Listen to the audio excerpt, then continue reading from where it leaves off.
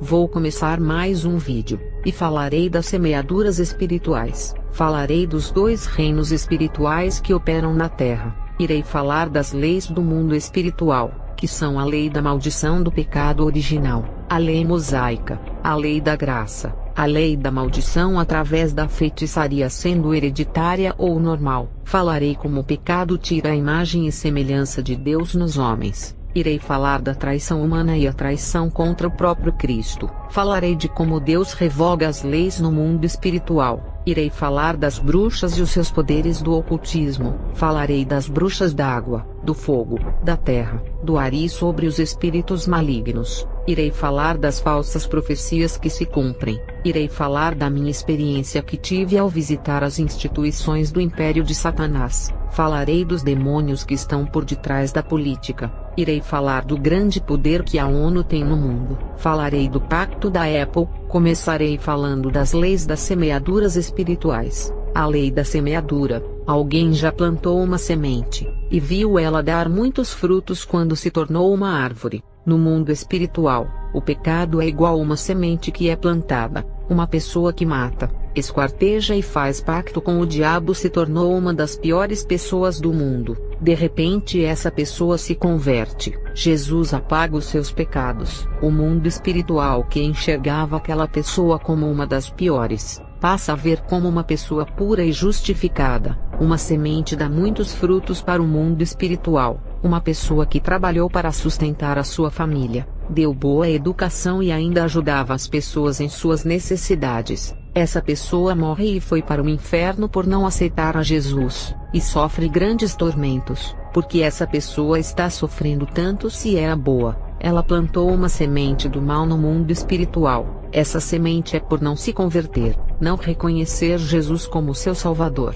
Essa única semente que ele plantou irá dar muitos frutos na eternidade, e ele terá que colher. Ele fez mais o bem na sua vida, e o seu erro foi não se converter. Se Jesus deixasse todo mundo se salvar pelas suas próprias forças não se convertendo, ele não teria vindo para morrer na cruz.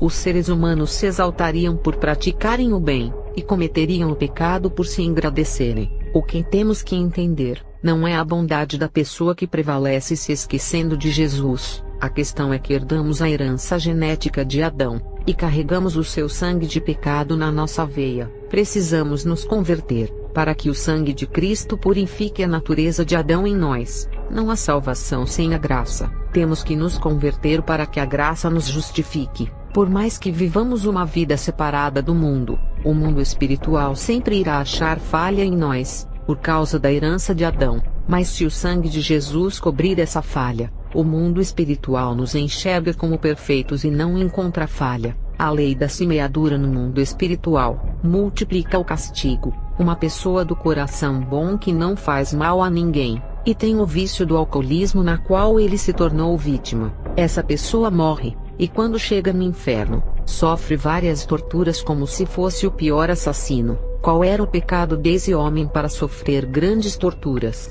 Ele só era um alcoólatra. Essa única semente que ele plantou. O mundo espiritual enxerga o alcoolismo como algo do mal. Essa única semente do mal que a pessoa plantou, irá virar uma árvore, e dará muitos frutos que ele irá colher. Traduzindo, se ele morrer no alcoolismo, irá colher os tormentos. Uma pessoa que praticou apenas um pecado, ela não colherá uma tortura, mas várias torturas por aquele pecado. Uma pessoa que tem dois pecados, exemplo, o pecado do vício do cigarro e o pecado da prostituição, ao morrer, irá sofrer pelos dois pecados. Cada pecado é multiplicado por várias torturas. Exemplo, o pecado do vício do cigarro irá colher em multiplicação de torturas, e o pecado da prostituição colherá em multiplicação. Tudo no mundo espiritual é exagerado. Quando eu falei dos nossos sentidos que ficam muito aguçados, é porque o mundo espiritual os aumenta.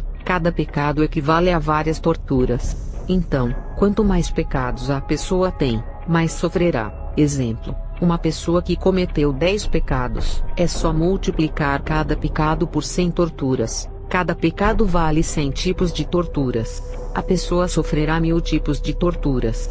Isso sem parar, e por toda a eternidade. No nosso mundo, As leis dos homens não irão dar o castigo justo por uma pessoa que tirou uma vida, o bem mais precioso. No Brasil, a pena para o homicídio é 20 anos. Com o bom comportamento diminui a pena, e a pessoa é livre. Qual é o preço de uma vida para a pessoa ter 20 anos de prisão? Uma vida tem um valor infinito. Primeiro, pelo sangue de Jesus que derramou por ela, e segundo, é a criação mais importante de Deus na terra. Ele criou a sua imagem e semelhança.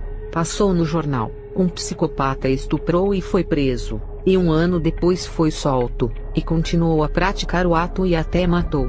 As leis dos homens são brandas, já as leis espirituais, ele irá sofrer por todos os seus pecados porque Deus é justo. Os políticos roubam o dinheiro público, e não são presos por serem poderosos. Têm dinheiro para comprar as suas liberdades. Isso prova que as leis dos homens não são suficientes para punir, mas as leis de Deus sim. A pessoa nasceu e só fez o bem, mas não aceitou a Jesus, morreu e foi para o inferno. Só de não se converter plantou a semente do mal, e irá colher em multiplicação. Deus foi justo, porque a pessoa nasceu debaixo da maldição do pecado e não se converteu. Herdou o pecado de Adão e não quis a justificação desse pecado original. Só de ter a herança genética de Adão, já vai colher os sofrimentos no inferno. E a pessoa que praticou vários tipos de pecado e foi um monstro na terra, terá a mesma medida de sofrimento de uma pessoa boa que foi para o inferno por não aceitar a Jesus. Foi igualmente eu disse, cada pecado que a pessoa comete, irá pagar por cada um deles. Quanto mais pecado cometer, mais sofrimento terá no inferno. É a lei da semeadura espiritual. Quanto mais semente se planta, mais árvores vai ter. Quanto mais árvores, mais frutos a colher. O ladrão na cruz que se arrependeu dos seus pecados nos seus últimos momentos, o que ele fez de especial para herdar o céu, só dele aceitar a graça que foi oferecida ao mundo inteiro, ele já herdou ao céu, e recebeu essa herança só por aceitar. Imagina quem fez mais coisas para Deus, vive orando, ganhando almas, praticando a caridade e zelando pela obra. Esses receberão muito mais galardão do que o ladrão da cruz. Se o crente vive orando, ele plantou a semente da oração, e no mundo espiritual, essa semente se multiplica em muitos frutos que ele irá colher, mas não na terra, e sim na eternidade. Aqui na terra ninguém irá lhe dar um Oscar por viver orando. O homem nem irá recompensar você por tudo o que faz por ele. Uma semente de oração se multiplica em vários frutos que receberá na eternidade, que são os seus prêmios. Como o mundo espiritual é exagerado, primeiro dá uma herança celestial para o ladrão só porque se arrependeu, e para quem vive orando, além de ter essa herança celestial que é a sua moradia, ainda receberá muitos prêmios por orar a Deus. E aquele que vive a vida orando, além de plantar a semente da oração, ainda prega o evangelho ganhando almas. Além de plantar a semente da oração, está plantando a semente do evangelismo. Por cada semente plantada irá colher. Nada é de graça no mundo espiritual, nada é em vão. E se plantar a semente da caridade, a semente da paciência, a semente do amor, irá receber os galardões por cada uma. Deus irá dar vários prêmios por cada semente dessa. Uma semente plantada irá colher muitos frutos somente dela. E se plantar outra semente também irá colher muitos frutos dessa também. Mateus 19 verso 29. Também todos aqueles que tiverem deixado casas, irmãos, irmãs, pai, mãe, filhos ou terras por causa do meu nome, receberão 100 vezes mais e herdarão a vida eterna. Primeiro que esse versículo não está mandando deixar a família, que é um projeto que Deus estabeleceu na terra. Nesse versículo, está dizendo que se alguém deixar a sua família em casa e sair pregando o evangelho, está provando que Deus é o primeiro em sua vida. Sair para terras longes, sacrificando o conforto familiar e o carinho deles para padecer por amor a Cristo. Só de Jesus está em primeiro lugar, herdará a vida eterna, e receberá 100 vezes mais, que é o galardão. Tudo o que fazemos por amor a Jesus, iremos receber 100 vezes mais. Quem se dedica em oração sacrificando o seu tempo, faz isso por amor a Jesus. Se prega a palavra e ajuda o necessitado, faz isso por amor a Jesus em primeiro lugar. Isso explica que ele está em primeiro lugar em sua vida, e cada semente que plantar, irá receber 100 vezes mais por cada uma semente. Se plantar 10 sementes, irá colher 100 prêmios por cada uma semente, ou seja, receberá 1000 prêmios. Quanto mais sementes plantar, colherá muito mais frutos. Se uma semente dá muitos frutos, imagina várias sementes. Se plantar uma semente boa, plantará 100 prêmios que receberá na eternidade, e quem planta uma semente mal, receberá 100 tipos de tormentos na eternidade, porque é a lei da semeadura. Você colhe o que planta, para o lugar da eternidade que vai a alma, ali colherá. É importante que renunciemos o pecado e não plante nenhuma de suas sementes, e só querer plantar as boas sementes que a Bíblia manda. Salmos 37 verso 27. Desvia-te do mal e faze o bem, e sempre terás onde morar. Falarei dos reinos espirituais que operam nessa terra. O que é um reino? É uma monarquia onde existem pessoas morando e prestam serviços ao rei, e obedecem como seu chefe supremo. Tem a figura do rei e da rainha junto com os seus súditos. As pessoas fazem parte desse reinado, e sem elas não existe reino. Não existe um rei reinando em um lugar sem as pessoas para servirem a ele. Um reino sem pessoas, como o rei irá ser servido? O rei terá que servir a ele mesmo e trabalhar duro por não ter os seus servos. Quando se fala reino, sempre vai ter pessoas servindo a um rei. No mundo espiritual, existem 2 reinos apenas, não vários reinos iguais. Muitos dizem,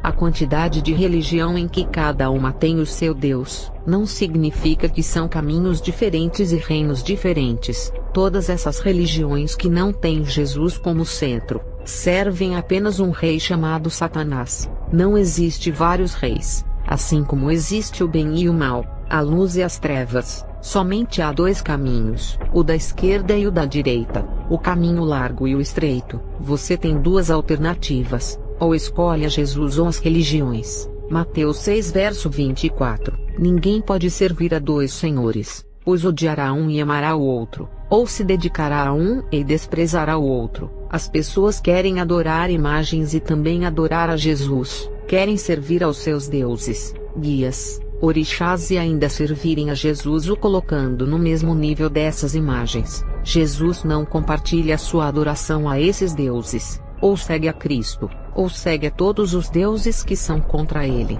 Não pode amar a Jesus e aos deuses. Ou você odeia a Jesus, ou odeia os deuses. A Bíblia diz que você tem que amar um Deus, e o outro tem que odiar. Não existe meio termo. Jesus não compartilha nenhuma alma com outros deuses e guias. Existem 2 reinos espirituais, o da luz e o das trevas. Não existe vários reinos.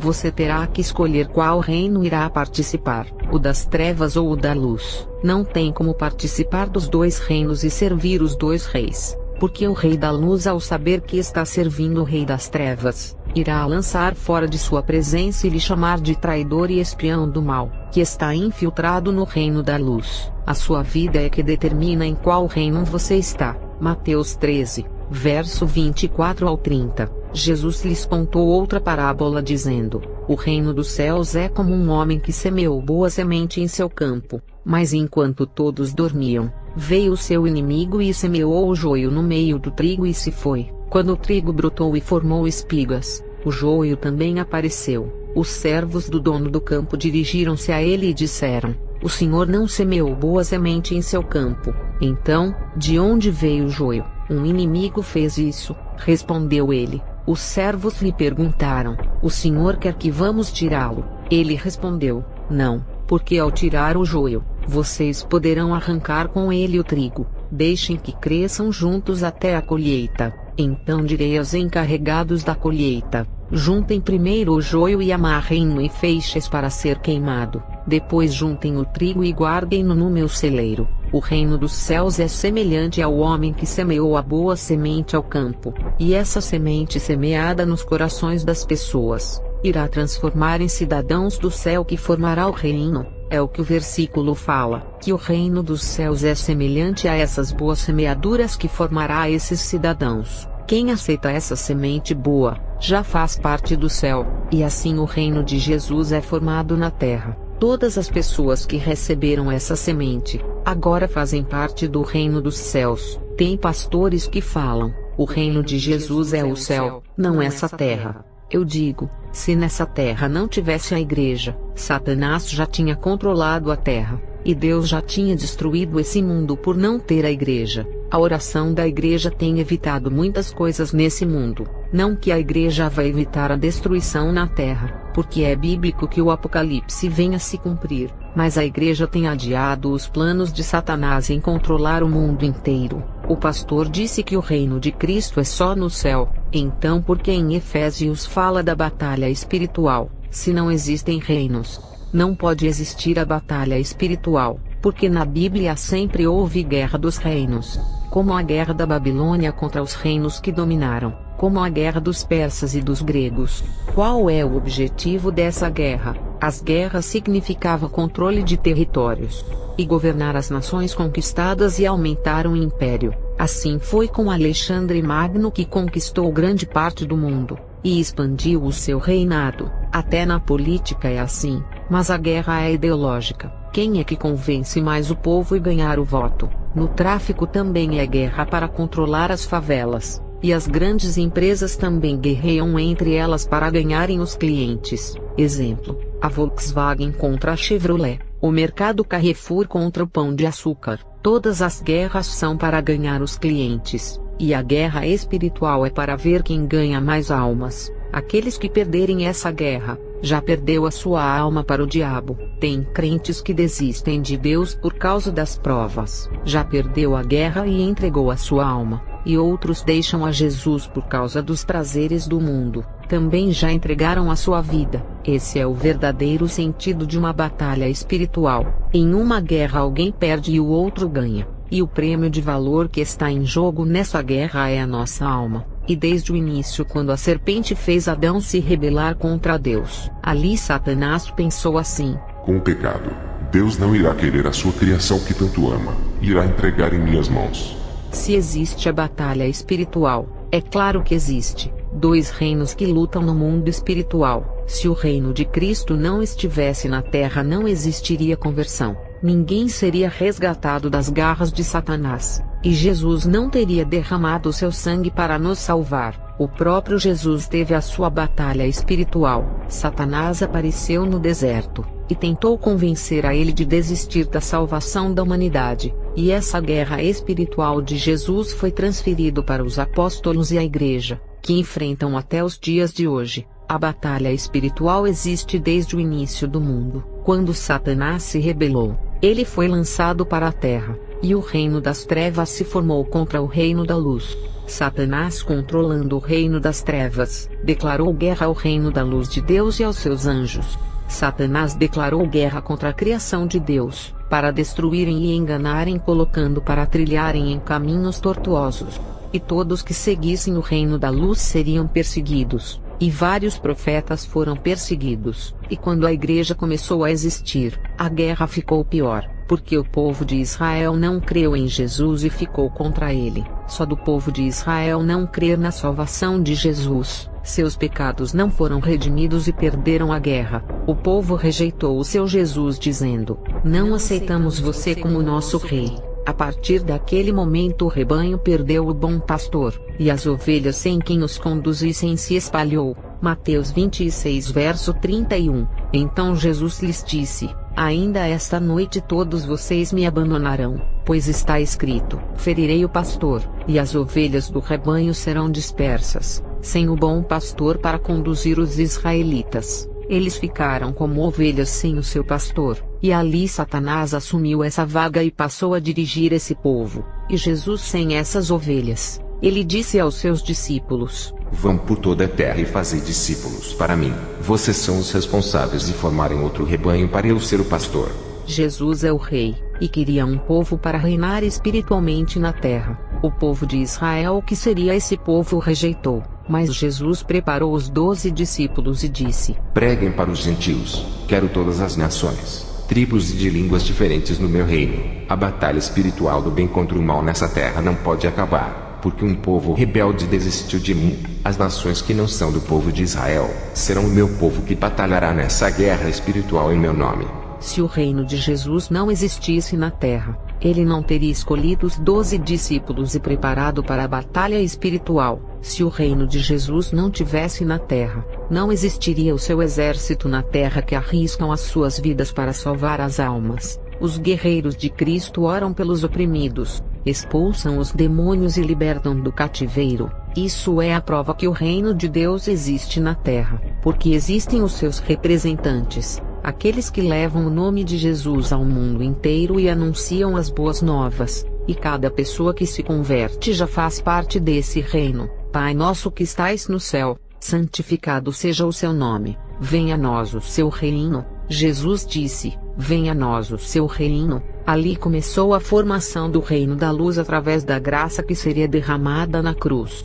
O pastor que disse que o reino de Jesus está no céu, eu digo sim, esse reino nasce na terra com os guerreiros que lutam pela causa de Cristo, e quando morrem, irão para o céu, e Jesus governa o reino dos céus ao lado do Pai, e governa o reino da terra espiritualmente junto com os seus santos. Esse reino é espiritual, ele está governando através do mundo espiritual, usando os seus servos e livrando o seu povo. O seu Espírito Santo está capacitando, e as forças das trevas não prevalecem contra esse povo. A prova que o reino de Jesus está na terra somos nós. Lembre que a Nova Jerusalém que o apóstolo João viu descer do céu, não tem ninguém nela, mas para aquela cidade ser um reino, precisa que pessoas morem nela. Sem a presença dos santos, ainda será uma linda cidade deserta sem o seu rei assentado no trono. E quando o rei irá se assentar no trono dessa cidade, quando o seu povo que faz parte do reino da luz que está na terra, entrar nessa cidade, o rei não pode governar essa cidade sem a sua igreja para o servir. E nós que somos a igreja, o reino de Jesus que está na terra, iremos entrar nessa cidade no arrebatamento, e seremos os seus novos habitantes. Depois, quando Jesus derrotar a besta, o falso profeta e Satanás, ele vai olhar para essa terra que será o caos, cheia de pecados. Jesus vai dizer que os santos merecem um reino melhor, não uma terra cheia de pecados, e irá queimar e purificar a terra para que o seu reino possa ficar na terra. Ele irá transformar uma terra de pecado em um reino de luz e santo, e a Nova Jerusalém descerá para a terra depois de ser purificada. Na igreja tem o joio e o trigo. Romanos 9 verso 6. Não que a palavra de Deus haja faltado, porque nem todos os que são de Israel são israelitas. Não são todos que fazem parte da igreja e são membros que servem a Deus. Ser membro de igreja é diferente de ser um servo temente a Deus. Em Mateus 3 e verso 24 ao 30, diz que o inimigo se aproveitou que os servos de Deus dormiram e semearam o joio, heresias, maçonaria e formadores de grupos para se rebelarem contra as autoridades levantadas por Deus são muitos. O joio foi semeado nos corações dessas pessoas, e transformaram em pessoas más, porque existe uma batalha espiritual dentro das igrejas, membros querendo destruir o ministério dos outros, porque alguém de dentro da igreja deixou o seu coração ser semeado pelo joio, e os que se deixaram semear por esse joio maligno fazem parte do reino das trevas, e dentro da igreja de Deus, existe uma batalha espiritual do reino das trevas contra o reino da luz. Já não existem igrejas em que a maioria vivia em santidade igual antigamente. O reino da luz é formado com os anjos, e a igreja de Deus tendo Jesus como o rei, título que recebeu do seu pai ao vencer a sua batalha terrena ao passar pela cruz.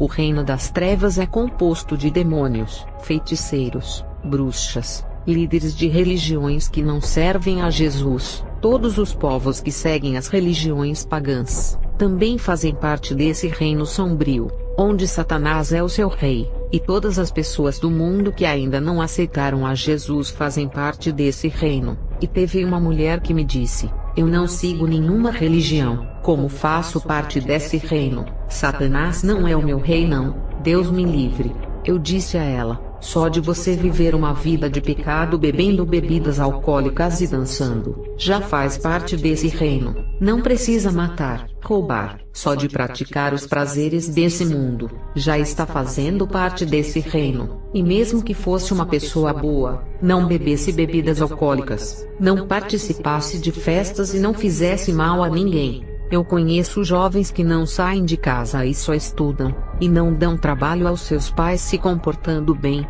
mas se eu disser que irão para o céu, estarei mentindo. Não é isso que a palavra diz. João 3 verso 16. Porque Deus amou o mundo de tal maneira que deu o seu Filho unigênito, para que todo aquele que nele crê não pereça, mas tenha vida eterna. Essa é a condição de ser salvo. Deus não enviou o seu Filho na terra não foi em vão. Só por meio dele serás salvo, não por ser uma pessoa boa. Tem que crer nele. Crer significa cumprir a sua palavra e viver ela. Quem diz que crê e não coloca em prática, só crê da boca para fora. Nós nascemos debaixo da maldição do pecado original. Independentemente de ser uma pessoa boa ou ruim, todos somos falhos. E temos a natureza de pecado que precisa desse sangue para redimir, purificar e cobrir desse pecado. Uma pessoa boa que faz o bem, pode ir para o inferno só porque herdou o pecado original de Adão. Por isso que a conversão é necessária, para que a graça nos livre da condenação. Mesmo que a pessoa seja boa, sem ela querer que Satanás seja o seu rei, ele será por não estar debaixo da graça. Entendam uma coisa. O mundo espiritual não enxerga bondade. Ele sabe que ninguém pode se salvar sem o sangue redentor de Jesus. Ninguém entra no céu se não for por esse sangue poderoso. Ninguém vai ao Pai a não ser por ele. O mundo espiritual enxerga uma pessoa boa que não recebeu a graça como um integrante do reino de Satanás. E se essa pessoa morrer, o mundo espiritual irá abrir um buraco negro para a alma dela entrar. Quando uma pessoa redimida morre, aparece uma luz forte diante dela. O mundo espiritual julga uma pessoa boa que não foi redimida, colocando-a no mesmo patamar de um assassino que matou 50 pessoas. Para esse mundo são pecadores não importando o grau do pecado. Não existem pecados pequenos e grandes. Todos irão para o inferno, e ali no inferno, cada um colherá o mal que plantou. Quem plantou mais maldade irá colher mais sofrimento. Esse papel de julgamento, quem fez coisas piores cabe ao inferno julgar, que dará a punição a cada um segundo as obras que praticou na terra. O joio do mal foi semeado na terra inteira. Os prazeres desse mundo são o joio. As falsas religiões pagãs, que pregam outros deuses e têm as suas filosofias, também semeiam o joio de seus ensinos. As seitas semeiam o seu joio de heresias. Igrejas da prosperidade que usam um versículo da Bíblia e mentem para manipularem, também estão semeando a mentira. A televisão, redes sociais, gamers que ensinam a violência, o sexo e a morte, são uma forma de joio, e canais evangélicos que ensinam o povo a contender e odiar o seu próximo, é uma forma de semear o joio da discórdia. Formar partidos religiosos são os que plantam o joio da divisão, e o joio é uma semente do mal que se multiplica. Se alguém semeou um joio, irá colher muitos deles na eternidade em forma de castigo. Falarei das leis do mundo espiritual, que é a lei da graça, a lei da maldição do pecado original, e a lei da maldição do ocultismo e a lei mosaica. Esse conjunto de leis fazem parte do mundo espiritual. A primeira lei que vou falar é a maldição do pecado original de Adão. Uma mulher pediu oração, porque disse que a sua família estava se destruindo, e ela disse que era maldição hereditária. Todos da sua família não tinham sorte na vida sentimental. Nas empresas não passavam de 3 meses e viviam bebendo e usando drogas. Eu apresentei essa família a Deus, porque tenho orado por famílias amaldiçoadas, e Deus tem quebrado o mal. O anjo que acompanha o meu ministério e vai para onde eu vou, tem seguido os meus passos. Ele com a sua espada desembainhada tem cortado toda obra de maldição. Quando eu oro, o anjo desmancha o mal. É claro que quando a maldição é quebrada, eu falo para eles se converterem para não voltar.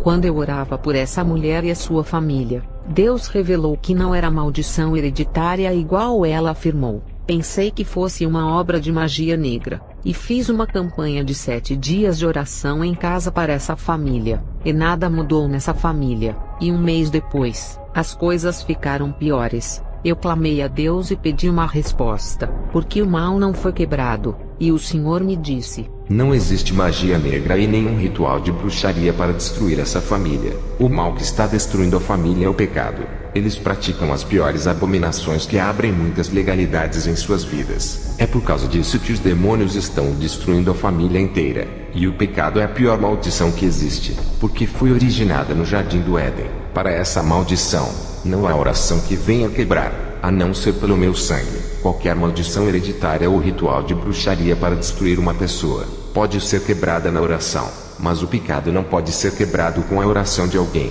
a não ser pela conversão da própria pessoa. Diga para essa família rebelde que suas orações não podem eliminar o pecado da vida deles, mas eles podem fechar as portas da legalidade se convertendo a mim. Eu passei uma mensagem para a mulher que pediu para orar pela sua família, e apresentei a solução para os seus problemas. Deuteronômio 30 verso 19. Os céus e a terra são testemunhas contra vós, e a vida e a morte, a bênção e a maldição estão diante de vós. Escolha pois a vida, para que vivas tu e a tua descendência. Esse versículo fala que a vida eterna com as bênçãos são colocadas diante de nós. E também é colocada a morte e a maldição diante de nós, e diz para escolher qual deles queremos. Os céus e a terra são testemunhas quando escolhemos o caminho a seguir. O mundo espiritual sabe quem é luz e quem é trevas. Aquela mulher tinha uma escolha a fazer. No momento em que Deus me mandou entregar a mensagem, através de sua conversão, Deus iria converter a sua família, usando-a como instrumento de conversão no lar. Deus quer fazer dela uma coluna e uma referência familiar para que toda a sua família venha olhar para ela, e ver a transformação que Deus fez em sua vida e se converterem. Mas essa mulher rejeitou o convite, preferindo ficar vivendo uma vida bebendo, fumando cigarro e dançando forró nos bares. E até hoje a sua família vive uma vida de maldição por causa dos pecados. Nem tudo é por causa dos feitiços de magia negra que destrói. Às vezes é o pecado que é muito cruel na vida de quem não quer deixá-lo e o enterrar. Falarei como o pecado tira a imagem de Deus nos homens e coloca outras imagens. O pecado pode colocar a imagem de Adão e também dos animais. Eu já tive visão em que os demônios enforcavam os jovens nas festas matando asfixiados. Demônios tiravam a noção de direção da mente do jovem. Ele se esquecia de como dirigia e batia o carro. Vi na visão um jovem sair da festa e um demônio possuir o seu corpo, e fazia ele se lançar na parede. E esses jovens não morreram por estarem embriagados. E na visão eu fiquei assustada, e orei a Deus dizendo: porque os demônios estão destruindo as vidas desses jovens. E o Senhor me revelou que era por causa do pecado. Deus está irado com essa juventude. O Senhor me disse: eu os entreguei às suas próprias vontades, e deixei os demônios fazerem o que quiserem. Eles escolheram praticar o mal.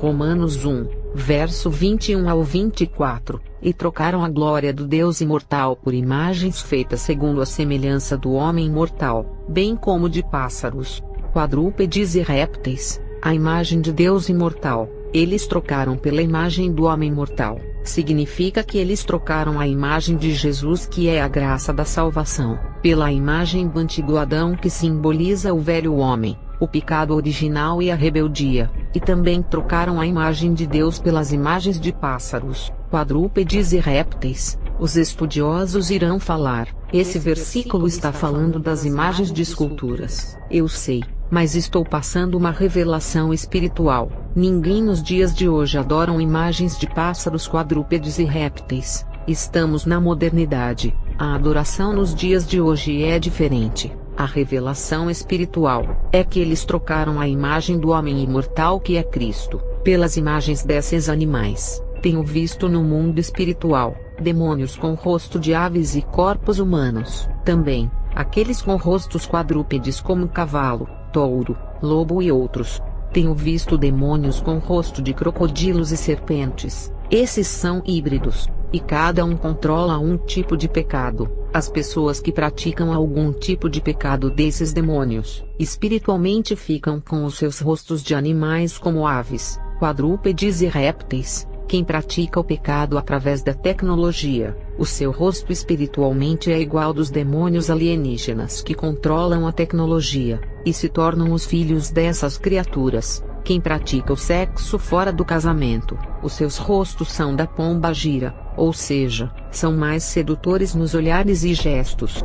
E ainda aprendem tudo com a sua líder. No mundo espiritual é assim: praticou o pecado daquele demônio, aprendeu com ele, então se tornou um filho que herdou o rosto dele e as suas características, porque o filho sempre irá ter o rosto do pai. 1 João 3 verso 10. Nisto são manifestos os filhos de Deus e os filhos do diabo. Qualquer que não pratica a justiça e não ama seu irmão, não é de Deus. Interpretarei esse versículo: os filhos herdam os rostos dos seus pais e ficam parecidos com eles em suas obras. Os filhos de Deus praticam a justiça, que é viver a palavra. A justiça justifica os crentes e os deixam justos. A palavra justo, justiça e justificar têm o mesmo sentido. Os filhos do diabo não praticam a justiça, que significa não viver a palavra, e se não viver a palavra, não podem ser justificados por ela. Sem viver a palavra não pode ser justo. Os filhos do diabo não amam o seu irmão, por isso não são de Deus. É o que está dizendo em 1 João 3 verso 10. Se não ama a imagem de Deus criada na terra, que é o seu próximo, como pode ser de Deus se odeia a imagem dele? Quando era bruxa, eu vi um demônio híbrido, parte homem e parte pantera. O seu corpo era de homem, mas o coração não era humano. Seu coração era de fera, e queria despedaçar as pessoas com as suas garras. Crentes que odeiam o seu irmão, já herdaram o coração de animal como desse demônio, desejando o mal do seu irmão. Pelo que eu saiba, quem odeia a humanidade por serem a imagem de Deus é o diabo. Quero deixar um conselho: se apartam da aparência do mal, fujam das guerras virtuais do YouTube para evitarem os escândalos. Quem denigre e persegue um homem de Deus, está denigrindo a imagem de Jesus e perseguindo. Atos 9 verso 13 e 4. E indo no caminho, aconteceu que, chegando perto de Damasco, subitamente o cercou um resplendor de luz do céu, e caindo em terra, ouviu uma voz que lhe dizia: Saulo, Saulo, por que me persegues? Se alguém lhe falar um segredo, não espalhe. Coloque o segredo daquela pessoa no caixão e enterra para sempre. Nunca comente com ninguém para evitar os escândalos. Voltando a falar dos filhos de Deus e do diabo, no mundo espiritual, os que servem a Deus têm as imagens de Jesus em seus rostos. Olha os rostos dos anjos, que são tão santos que resplandecem. Olha os rostos dos homens de Deus, que reluz a santidade e parecem com os rostos de anjos. Essa é a marca que são filhos de Deus. Nem precisa fazer DNA, é só olhar para as suas faces e saberão que são filhos de Deus. Mas os que praticam o pecado, têm as imagens do velho Adão, que é o homem mortal, e quem se aprofundam em seus pecados, terão as imagens de pássaros, quadrúpedes e répteis, que são piores. Lembrando que Adão no jardim do Éden era maior que esses animais. Se herdar a imagem do homem mortal, que é Adão, não é bom, porque ele simboliza a perdição. Por sua causa o homem foi expulso do paraíso, e perdemos a vida eterna ganhando o direito da morte e condenação. Adão é o homem mortal. Não podemos herdar a vida eterna de um homem que não é imortal, e perdeu a sua imortalidade por causa de um fruto. Adão perdeu a vida eterna, e não pode lhe dar aquilo que nem ele tem. Um homem que fracassou, não podemos ter a sua imagem em nosso rosto, mas se não abandonarmos o pecado, teremos a imagem dele, porque os filhos sempre herdam a aparência do seu pai. Quem é filho de Adão, herdará o seu pecado original e perderá a salvação. A imagem dos pássaros, quadrúpedes e répteis, que são piores do que a de Adão, que era superior entre as criações de Deus. Quem herdar as imagens desses animais, ficam irracionais, porque o pecado cega, e quanto mais se afunda nele, mais irracional fica, e faz muitas coisas que uma criança não faria. O pecado deixa pior do que uma criança sem um juízo na cabeça e irracional. Herdar as imagens de animais é se tornar feroz, mau, sem coração e venenoso. Olha o tanto de homens matando o outro. Perderam o juízo ao praticarem essas coisas, ao destruírem as suas vidas. Pessoas matando nas formas mais brutas, esquartejando o seu próximo e arrancando os membros, iguais os muçulmanos fazem. São animais ferozes que perderam a imagem de Jesus, a imagem do homem imortal, a imagem de Jesus que nos redimiu para que tenhamos essa imagem.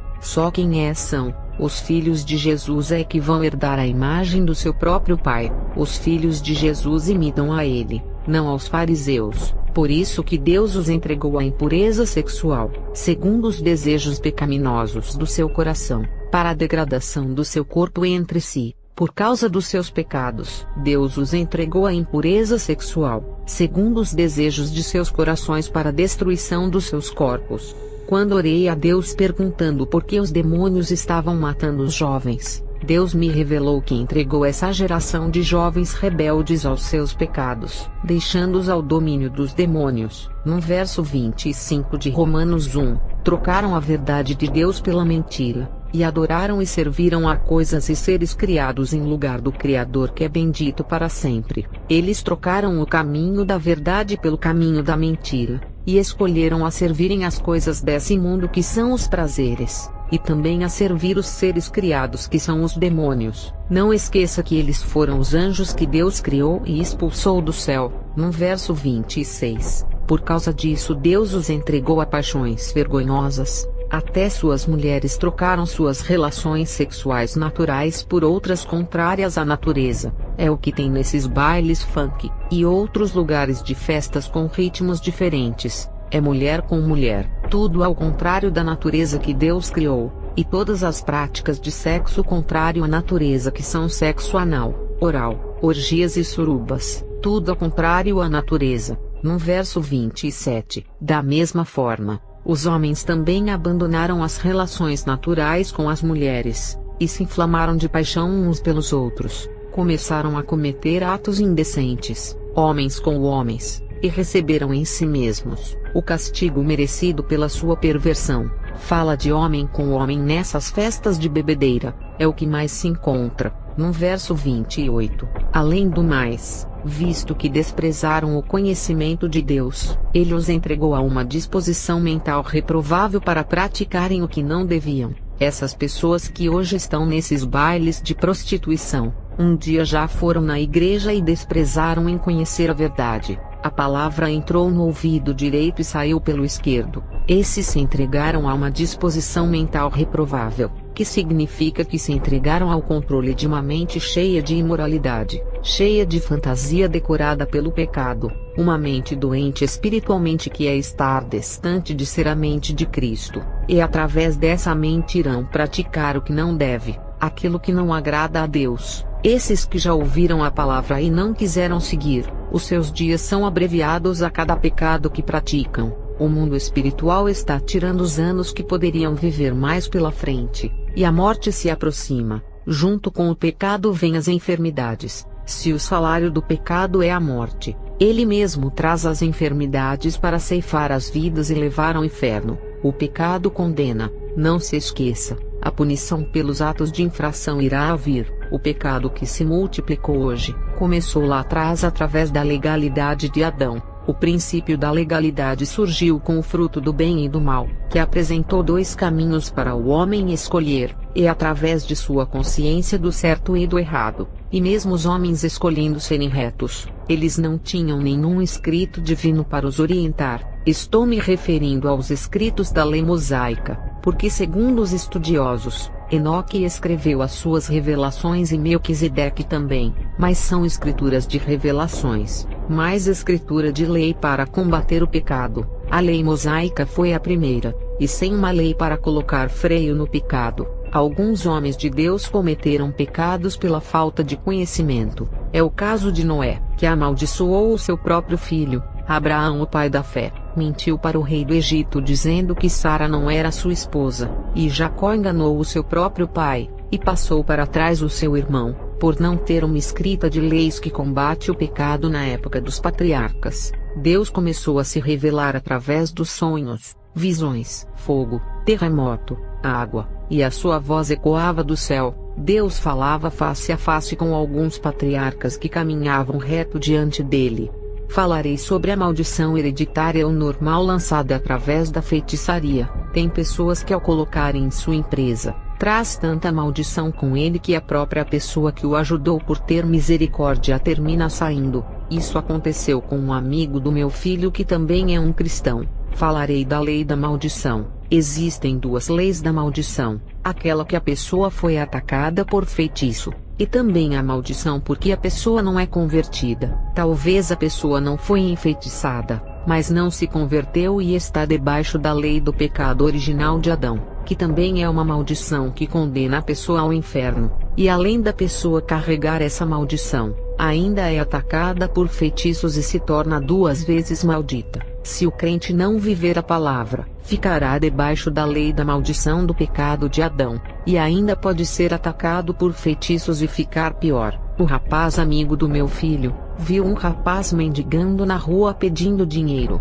e conseguiu colocar o rapaz na empresa onde trabalha, e o amigo do meu filho com uma semana ficou desanimado com o trabalho e saiu da empresa. Eu orei por esse jovem para tentar entender como uma pessoa faz caridade a outra pessoa, e ao invés de ser abençoado ainda mais em seu trabalho subindo de cargo, preferiu sair sem a empresa mandá-lo embora. E Deus me revelou que esse ex-morador de rua foi feito um ritual para ele ficar na miséria. Ele tinha tudo como casa, carro, esposa e filhos, e o feitiço o fez abandonar a sua casa e viver morando na rua pedindo esmola. E esse jovem, ao ajudar, ele interferiu no feitiço de magia, e os demônios se voltaram contra ele e o atacaram com dardos de desânimo. Esse rapaz não era de oração e não tinha as armaduras de Deus. Ele foi bombardeado e saiu da empresa. E o rapaz que entrou na empresa, todo mundo pensou que iria se levantar financeiramente e ter tudo de volta. Deixou o emprego e voltou para a rua, e vive pedindo esmola. Existe a maldição do feitiço ainda na vida dele que não irá deixar prosperar. E se não procurar uma igreja e se converter, o feitiço não será desfeito. O mundo espiritual enxerga ele como uma pessoa amaldiçoada, e não adianta arrumar emprego para ele. A maldição tem que ser quebrada. Os irmãos têm que ter cuidado com a pessoa que coloca em sua empresa. Não estou dizendo que não é para ajudar o próximo, até porque arrumar um emprego para uma pessoa é melhor do que dar uma cesta básica. Estou falando que às vezes não compensa ajudar uma pessoa que não quer ir para a frente, por estar amaldiçoada, e ainda irá comprar a guerra dele contra os demônios. Estejam preparados para isso. Quando uma pessoa está amaldiçoada, ao pisar os pés em sua casa, pode trazer falta de sorte e tudo começa a dar errado, porque a sua casa não é consagrada. Ninguém ora e não transforma o lar em um santuário de Deus, ou uma igreja dentro do lar,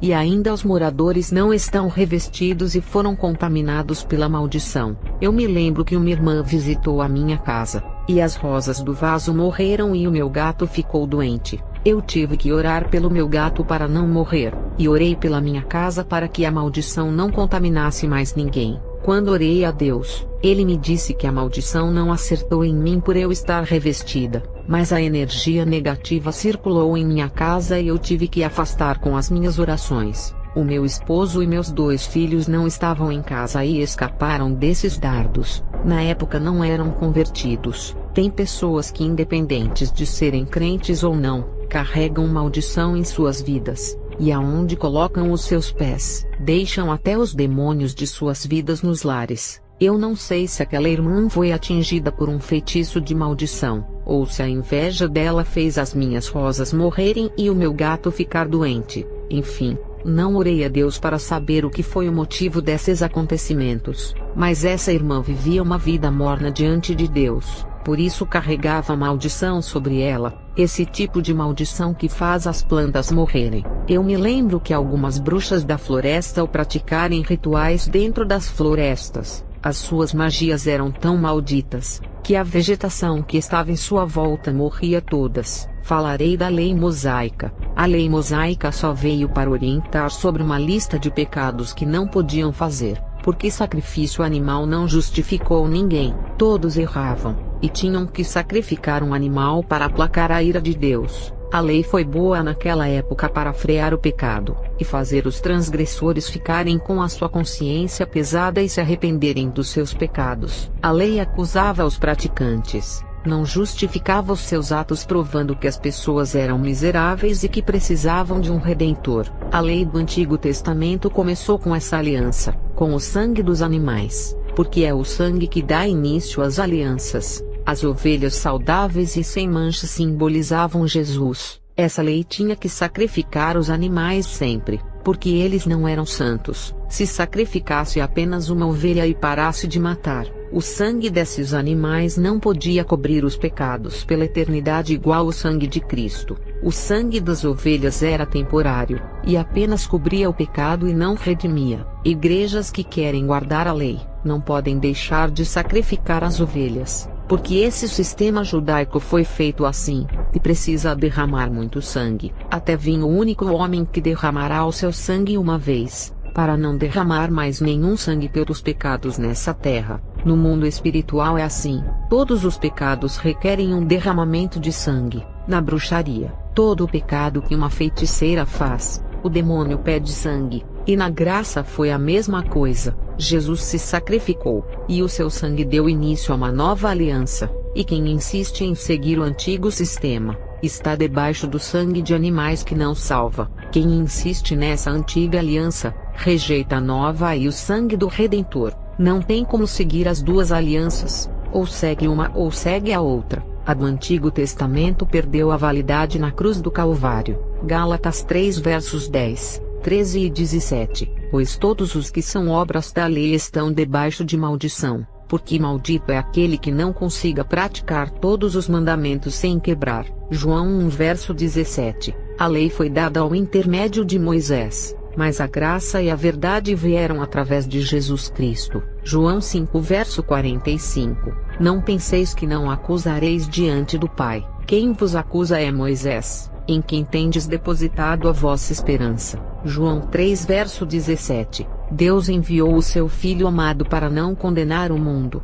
mas que o mundo fosse salvo por meio dele. A lei leva o mundo ao juízo, por apontar as transgressões do povo, enquanto Jesus veio para salvar, e não para condenar. O homem é quem escolhe o seu caminho. Romanos 3, verso 19 e 20. Ora, sabemos que tudo o que fala a lei, é para quem está sobre o domínio dela, fazendo esses se calarem, condenando o povo deixando ao juízo de Deus. João 12 verso 47. Se alguém ouvir as minhas palavras e não obedecer a elas, eu não julgo porque vim para salvar.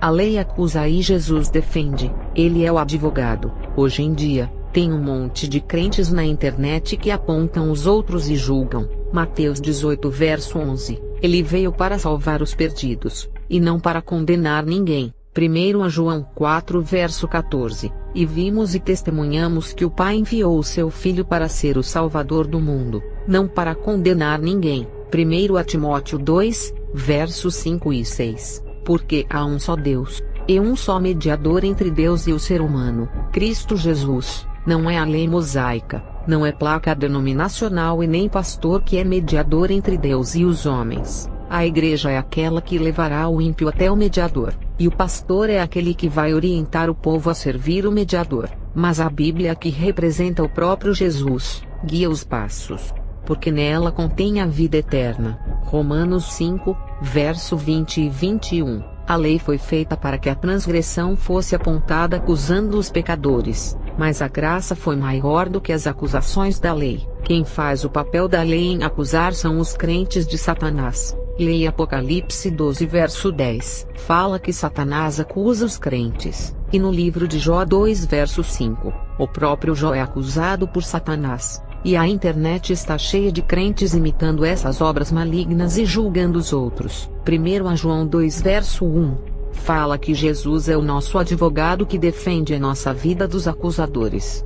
Falarei da lei da graça, que também é chamada de lei do amor. Deus cria leis e desfaz as leis. Ele é o Criador do universo. Ele criou a lei mosaica do Antigo Testamento e depois invalidou essa lei, e criou a lei cristocêntrica do Novo Testamento. Jesus desfez a antiga aliança através do seu corpo, ao oferecer como uma ovelha pura ao sacrifício de redenção. Uma nova lei entrou no mundo com apenas 2 mandamentos. Marcos 12 verso 29 ao 31. E Jesus respondeu-lhe: o primeiro de todos os mandamentos é: ouve Israel, o Senhor nosso Deus é o único Senhor. Amarás, pois, ao Senhor teu Deus de todo o teu coração, e de toda a tua alma, e de todo o teu entendimento, e de todas as tuas forças. Este é o primeiro mandamento. E o segundo semelhante a este é: amarás o teu próximo como a ti mesmo. Não há outro mandamento maior do que estes: quem ama a Deus não peca, quem ama a Deus renuncia ao mundo, quem ama a Deus não o deixa pelo mundo, quem ama a Deus irá se separar das coisas que ele faz pecar, e afasta o Espírito Santo de você. Uma mulher, quando ama o seu marido, não o deixa por nada desse mundo. Assim é a igreja: quem ama o próximo, não deseja que ele vá para o inferno, então irá pregar o evangelho para ele. Quem ama o próximo não irá ensinar o evangelho da prosperidade que não salva, porque deseja ver a sua alma no céu. Quem ama o próximo quer o seu bem, e não ensinará as doutrinas das seitas. Quem ama o próximo, ao ver ele fraco na fé, não irá criticar, mas irá orar para que se fortaleça na fé e se levante. Amar ao próximo é amar o vizinho que lhe odeia. Amar ao próximo é amar a sua família mesmo lhe criticando. Amar ao próximo é amar o traficante, amar a sua filha que se tornou uma prostituta. Amar ao próximo é amar os seus filhos, mesmo eles sendo uma decepção aos pais se destruindo nos vícios. Amar ao próximo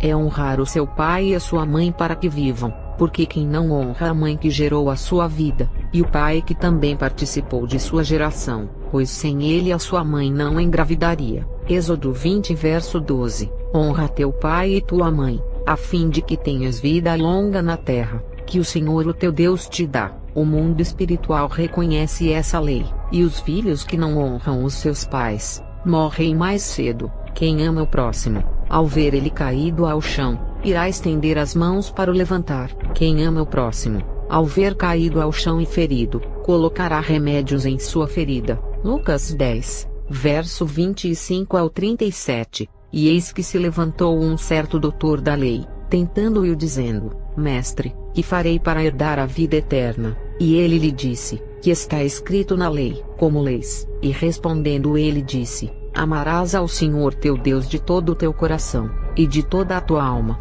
e de todas as tuas forças, e de todo o teu entendimento, e ao teu próximo como a ti mesmo. E disse-lhe: Respondeste bem, faze isso e viverás. Ele, porém, querendo justificar-se a si mesmo, disse a Jesus: E quem é o meu próximo? E respondendo Jesus disse: Descia um homem de Jerusalém para Jericó, e caiu nas mãos dos salteadores, os quais o despojaram, e espancando-o, se retiraram, deixando-o meio morto. E ocasionalmente descia pelo mesmo caminho certo sacerdote, e vendo-o, passou de largo, e de igual modo também um levita, chegando àquele lugar, e vendo-o, passou de largo. Mas um samaritano que ia de viagem, chegou ao pé dele, e vendo-o, moveu-se de íntima compaixão, e aproximando-se, atou-lhe as feridas, deitando-lhes azeite e vinho, e pondo-o sobre o seu animal, levou-o para uma estalagem e cuidou dele. E partindo no outro dia, tirou 2 dinheiros, e deu-os ao hospedeiro,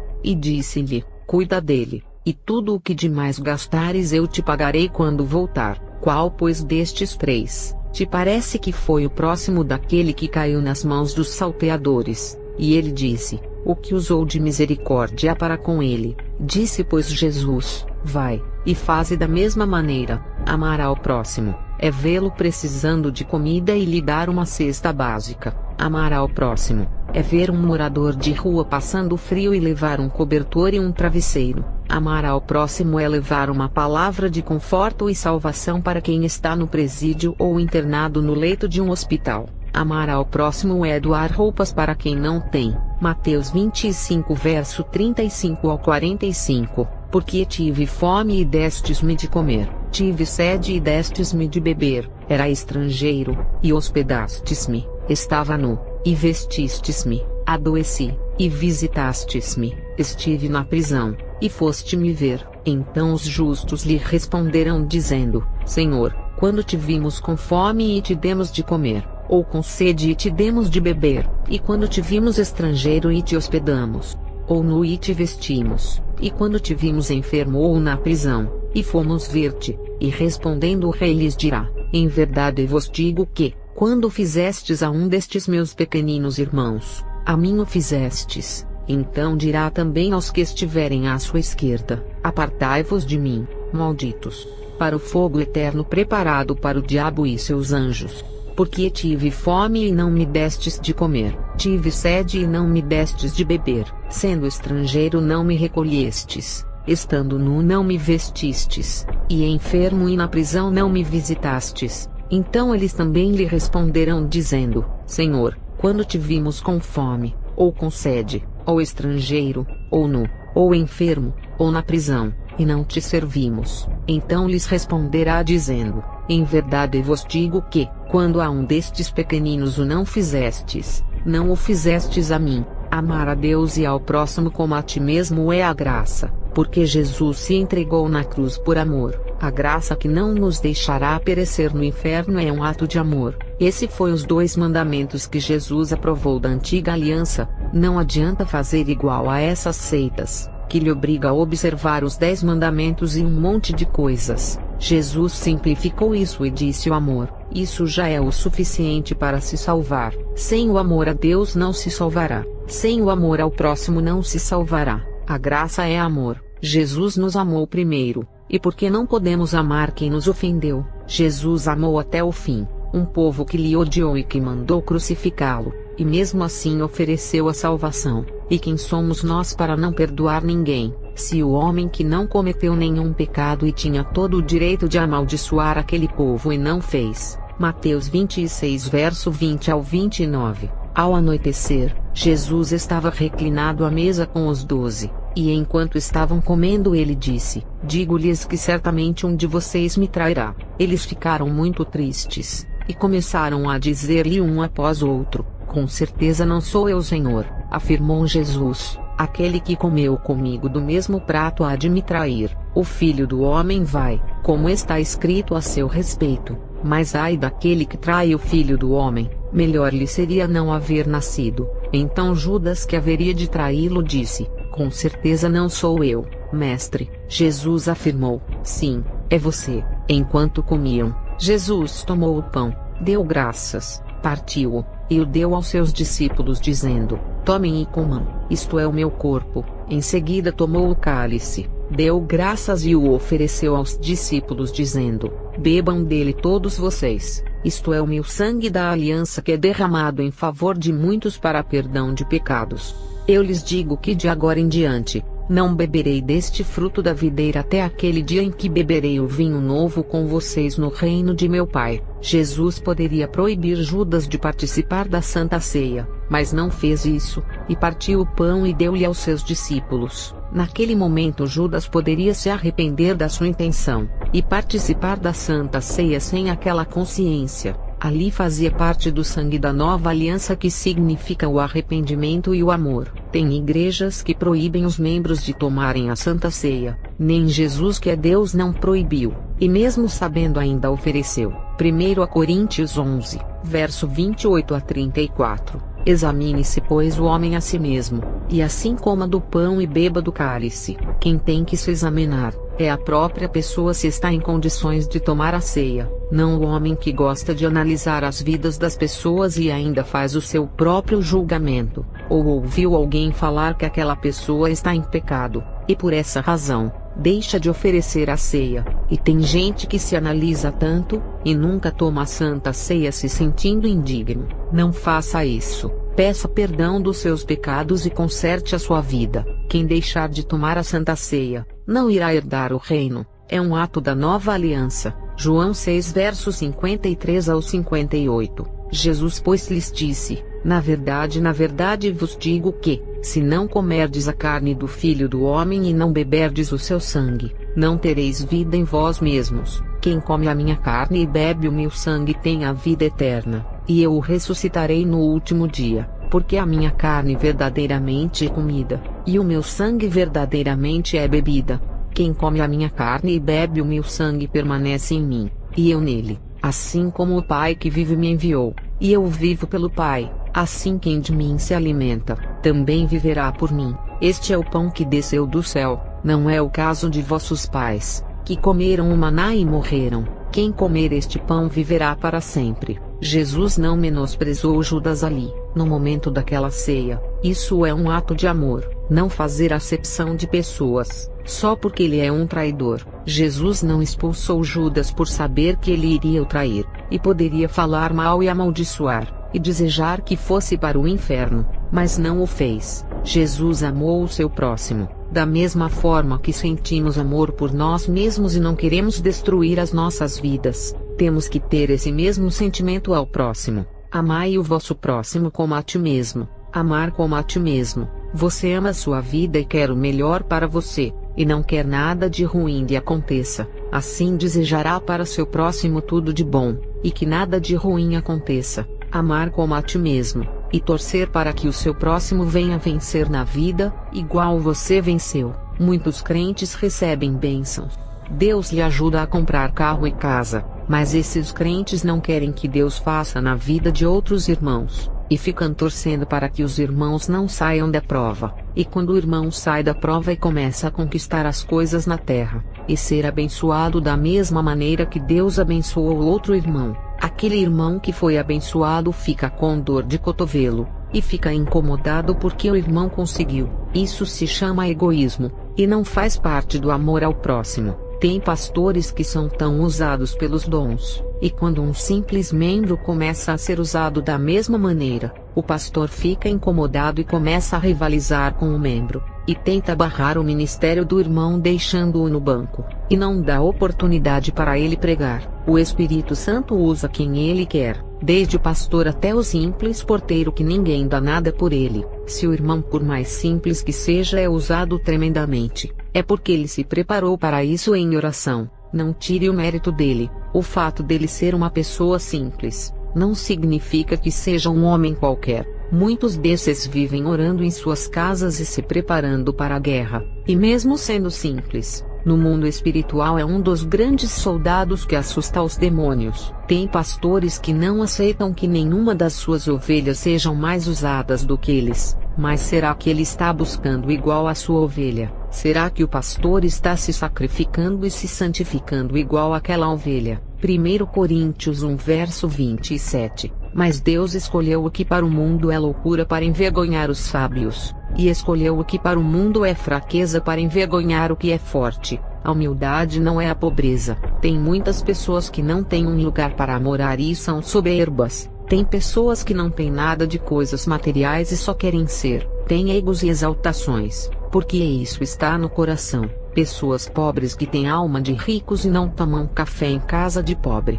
e até nojo tem. Eu já conheci pessoas ricas, donos de empresas que são humildes e nunca se desfizeram de mim e do meu esposo por sermos pobres. A humildade não é pobreza, é um estado de espírito, a simplicidade que vem do coração. Seja simples igual uma pomba, não desfaça de ninguém. Na igreja está cheio de crentes que ficam desfazendo do irmão, só porque se veste com roupas velhas, mas não compra um par de roupas novas, ou pedir para os irmãos fazerem uma vaquinha para arrecadarem dinheiro, para comprarem alimentação e roupas que é essencial. Na igreja, os crentes se desfazem daquele irmão só porque não tem cargo na igreja e não dá nada. Talvez aquele irmão é um profeta por buscar a Deus em casa. A igreja não dá cargo, porque eles têm os homens que escolhem segundo os seus critérios de quem dá mais ofertas, e aqueles que têm o maior dízimo. Esses são considerados grandes por terem os maiores cargos. O mundo espiritual não os enxerga como grandes. Eles compraram esses cargos na igreja pelo dinheiro.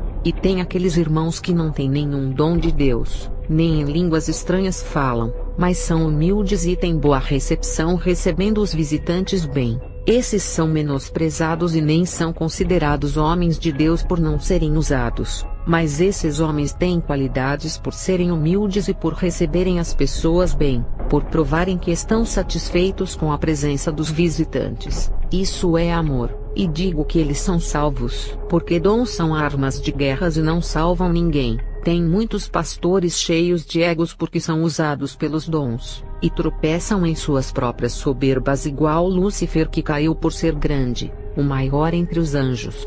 1 Coríntios 13, verso 1 ao 2. Ainda que eu falasse as línguas dos homens e dos anjos, e não tivesse amor, seria como o metal que soa ou como sino que tine, e ainda que tivesse o dom de profecia, e conhecesse todos os mistérios e toda a ciência, e ainda que tivesse toda a fé, de maneira tal que transportasse os montes e não tivesse amor, nada seria. Você pode ter todos os dons da Bíblia, mas sem o amor nada adiantaria, porque o amor é o dom maior, e foi expressado na cruz do Calvário. A graça é um ato de salvação por amor. A lei que vivemos hoje se chama a lei do amor, que foi instaurada no Novo Testamento. Quem critica, gosta de debate, não tem misericórdia, não perdoa, não reconcilia com o seu irmão, não tem amor. Quem faz todas essas coisas de criticar e apontar o erro, é quem se sente maior e melhor do que o seu irmão. Esse tal não tem humildade no espírito. Mateus 11 verso 29. Tomem sobre vocês o meu jugo e aprendam de mim, pois sou manso e humilde de coração, e vocês encontrarão descanso para as suas almas. A mansidão não discute e responde com palavras brandas. O coração humilde não critica, e nem aponta os pecados do seu próximo entrando em contenda com ele. E quando agimos dessa forma em meio às chicotadas, e não reagimos por sermos mansos e humildes, Jesus promete que encontraremos descanso para as nossas almas que sofreu esses ataques de perseguição. Muitos crentes ainda não entenderam o que é a lei da graça que chama a lei do amor. Esses ainda estão na lei do Antigo Testamento que é olho por olho e dente por dente. Essa lei da graça ao qual estamos, ofereceu a salvação ao mundo inteiro, e isso é um ato de amor. Oferecer a vida eterna para uma humanidade corrompida, isso dá legalidade para o amor esfriar. Mateus 24, 12 a 13. E por se multiplicar a iniquidade, o amor de muitos esfriará, mas aquele que perseverar até ao fim, esse será salvo. Os ímpios que destroem as suas vidas nos vícios das bebidas e drogas, antes de vocês amarem alguém, têm que amar as suas vidas primeiro. Amai ao próximo como a ti mesmo. Se não se amam, nunca poderá amar o próximo se estão destruindo vocês próprios. Não têm amor pelas suas vidas e destroem os seus corpos. Assim como a antiga lei foi desfeita, e uma lei melhor foi feita, através do único sacrifício puro e santo que foi capaz de abrir as portas da salvação para o mundo inteiro. As portas estão abertas para quem quiser entrar, a escolha é de vocês. O livre-arbítrio faz parte de querer ou não andar nesse caminho. A lei mosaica obrigava quem era de Israel a observar. Essa nova lei não obriga, não é por força e nem por violência, tudo é pelo amor. O mesmo que desfaz as leis espirituais, pode alterar elas, porque ele é Deus, e antes que as leis fossem criadas, ele já era Deus. Mateus 12 verso 1 ao 8. Naquele tempo, passou Jesus pelas searas em um sábado, e os seus discípulos, tendo fome, começaram a colher espigas e a comer. E os fariseus, vendo isso, disseram-lhe: Eis que os teus discípulos fazem o que não é lícito fazer no sábado. Ele, porém, lhes disse: Não tendes lido o que fez Davi quando teve fome, ele e os que com ele estavam, como entrou na casa de Deus e comeu os pães da proposição, que não lhe era lícito comer, nem aos que com ele estavam, mas só aos sacerdotes. Ou não tendes lido na lei, que aos sábados os sacerdotes no templo violam o sábado e ficam sem culpa? Pois eu vos digo que está aqui, quem é maior do que o templo. Mas se vós soubesseis o que significa, misericórdia quero e não sacrifício, não condenaríeis os inocentes, porque o Filho do Homem até do sábado é Senhor. Tentaram condenar o nosso Jesus pelo sábado. Ele disse: Eu sou o Senhor do sábado. Se ele é o Senhor do sábado, ele pode fazer aquilo que quiser. Ele pode desfazer as leis, pois é Deus e não peca. Ele pode desfazer as próprias leis que ele criou e fazer outras leis. Ele não pode ir contra a sua lei, mas pode mudar ela por estar acima das leis que criou e revelou à humanidade. Deus revelou a antiga lei a Moisés e escreveu nas tábuas, e revelou a lei nova inspirando o apóstolo Paulo em suas cartas e os outros discípulos.